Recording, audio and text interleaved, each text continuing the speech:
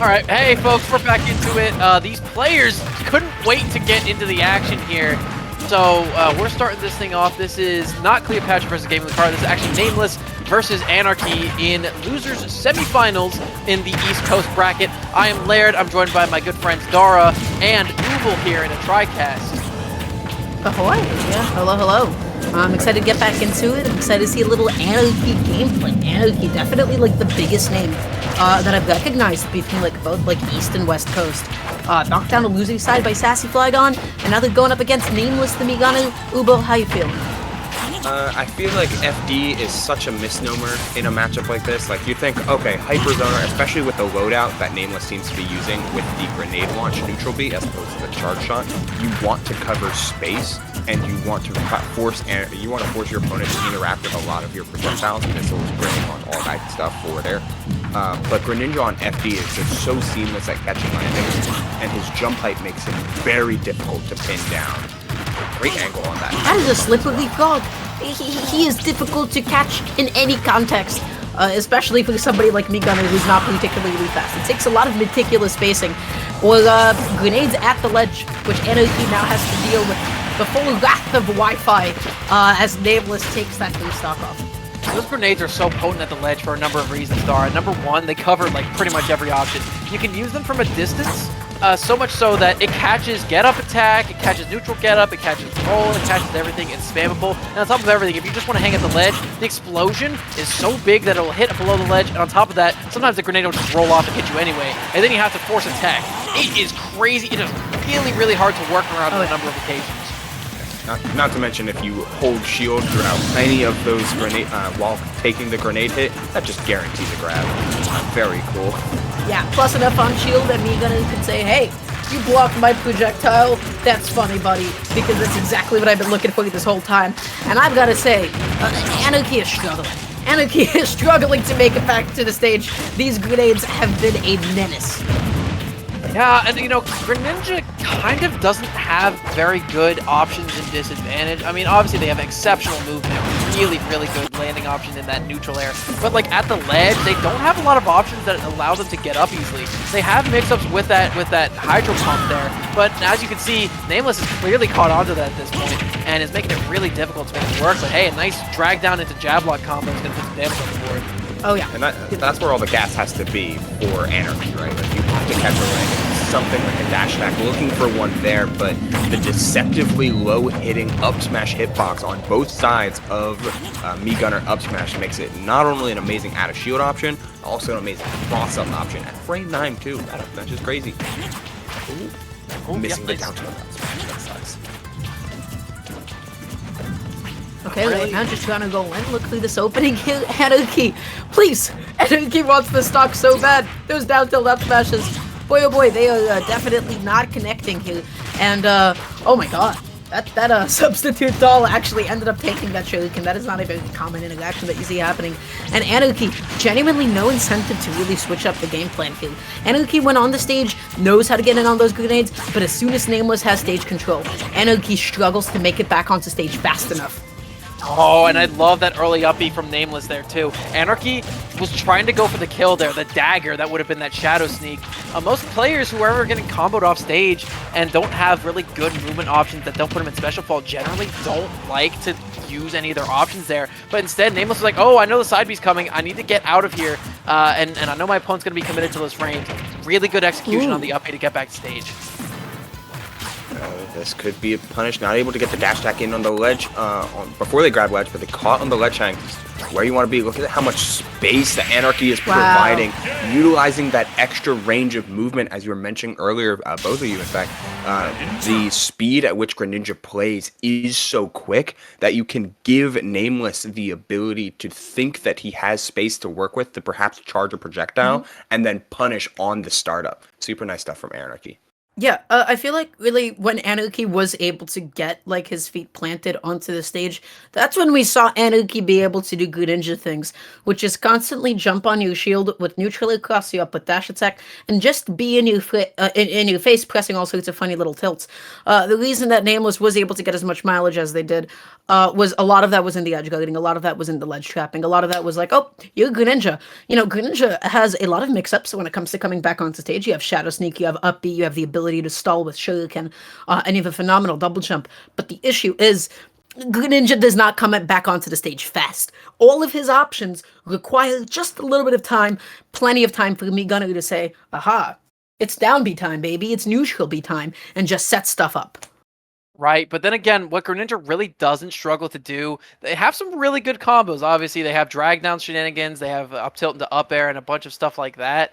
But the most important thing that Greninja has is they have some very, very strong true kill confirms at these higher percents. Once you hit like 100, they can go for a down tilt into a short hop forward air to true combo. They can go for landing weak hit nair, which is a true combo. They have dash attack, which is a 50-50 mix-up on occasion. They have drag downs. They have so many opportunities to just hit you with something if they can get in, and that's a big if that we've noticed, guys. Whose tag is Zaza Zack? That's Anarchy. That's Anarchy. That's it. that is a tag. That is definitely a handle. That is so funny, dude. Want to share why that's funny with the class? No, that's okay. That's fine. That's chill. That's you know, little alliteration goes a long way. It's a surprise tool that'll help us later. Yeah. We do not presently have game audio, no. But No. that being said, going into game number 2 here, Anarchy, you know, has sort of like figured out like the win condition, which is, hey, I'm gonna get onto the stage, I'm gonna be able to do my shtick, I'm gonna be able to do my thing here. Just navigating that ledge trapping is sort of the challenge when it comes to me gunning, and there isn't necessarily even a correct option, right? Because the missile covers rolls. The, you know, grenades cover just about everything else at that point. So, I want to see what happens in game 2. Let's get it. Now, Ubel, I have a question for you. I was going to say, I was going to talk about the stage pick. What do you think about this one in this matchup? I think this offers a Nameless a more reward off of his win condition, which is, as aforementioned, as seen many times prior, it's the ledge trapping, and you want that to convert into stocks more and more frequently at more like consistent timings. So the blast zones are generally going to be very helpful.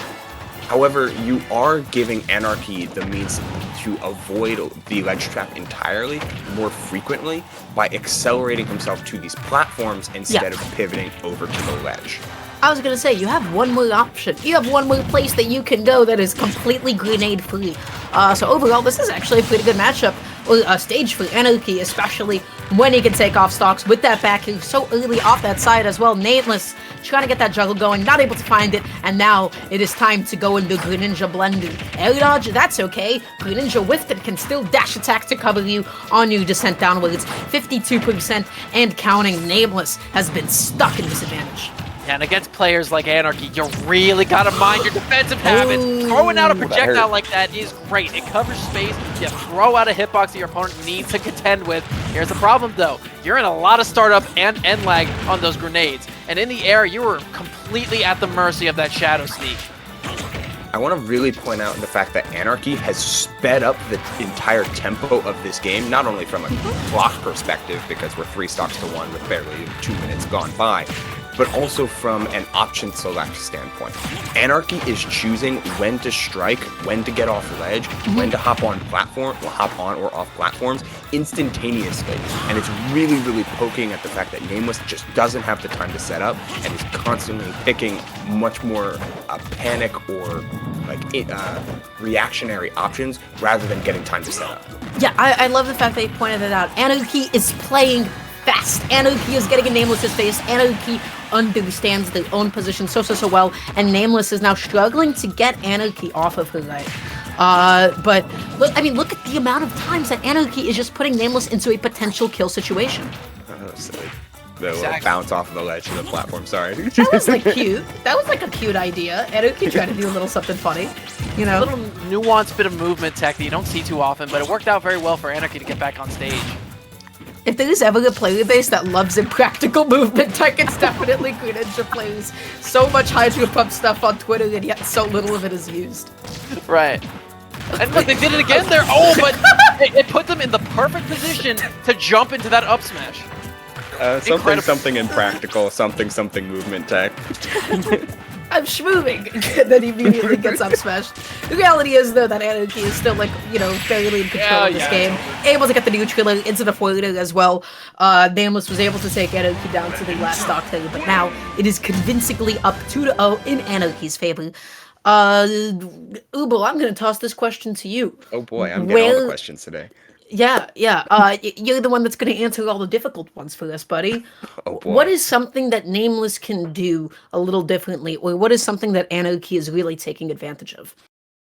I feel like Nameless is really hyper-fixated on one win condition, when the nature of platform fighters is the fact that you have so much more available than just your character's unique skills. You also have a lot of generic skills, and one of the best things that we saw a little bit of in game one, but kind of watched Nameless separate from that. It is utilization of stuff like drag down up air as a means to cover space, which can combo into up tilt, which can close out stocks. Utilization of down tilt as a quick little poke that can also close out stocks as well. Like just enough where you're not hyper fixating on items and projectiles to win the game for you, but rather using those as a supplement. Not to mention that grenade down B, I feel like we've seen almost none of that, and that covers the floor extraordinarily well. Instead, speaking of coverage, saw that up tilt? That was beautiful. Anarchy positioned themselves beautifully to be able to cover that up B. 73% in, 82 and onward, setting up this tech chase, and then launching off stage a little accidentally. Anarchy, again, just playing fast, playing like hot. Nameless is just trying to get them off of it. Oh my gosh, that was so smart. So the thing about counters like that have the nature of the one that Greninja does is it takes you somewhere else and it puts you in a position like that you're holding to deal with your opponent. Right there, Anarchy recognized that countering that missile put them in the perfect position to counter and also deal with the ledge trapping frames that their opponent has. They ran out of iframes and were able to just come around behind them, and Nameless wasn't ready for that. They weren't ready to detect that, and it put them in a position to lose that stock. I do like how Nameless has been more fixated on, not necessarily up air, but we've seen a lot more up air, we've seen a lot more neutral air, and a lot more F tilt, just to cover all that space. The F smash ledge trapping is still there. That is still a way to close out stocks and to achieve your win condition.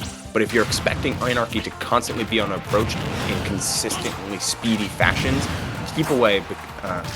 The keep away game becomes a whole lot more important than the full screen pressure game. You see that payoff there with that fully charged missile. Watch out for these shadow sneaks getting hit by another one. Lucky that didn't close out the stock. Oh yeah, so many back airs, so many shurikens, and yeah, what's up, Blade? No, I was just gonna say, then again, you know, using these fast-acting back airs to cover the space. I think right now, Anarchy's recognized the fact that if they keep Nameless off stage, they're gonna have a really difficult time setting up their win conditions, i.e. these projectiles. So keeping them off stage as much as possible is really working for them. Oh yeah, setting up another, offstage situation here, and you see Nameless trying to actually really make up for what you just described. Nameless struggling off stage. Okay, I'm gonna avoid the ledge altogether. I'm gonna try to up B back on. Well, Anarchy wasn't pressing enough buttons that they would just allow that to happen. Anarchy was able to appropriately punish the up B. Up smash, not gonna be able to do it quite yet. Nameless had the great idea with the up B, but just a little bit too slow to get far enough to the right side to connect. Yeah, really nice combo to follow that up. Sorry, we'll go ahead. No, you're exactly right there. I was going to call out the exact same thing. Like just some really solid follow-up, able to like consistently overwhelm Nameless for 20 to 30% at a time.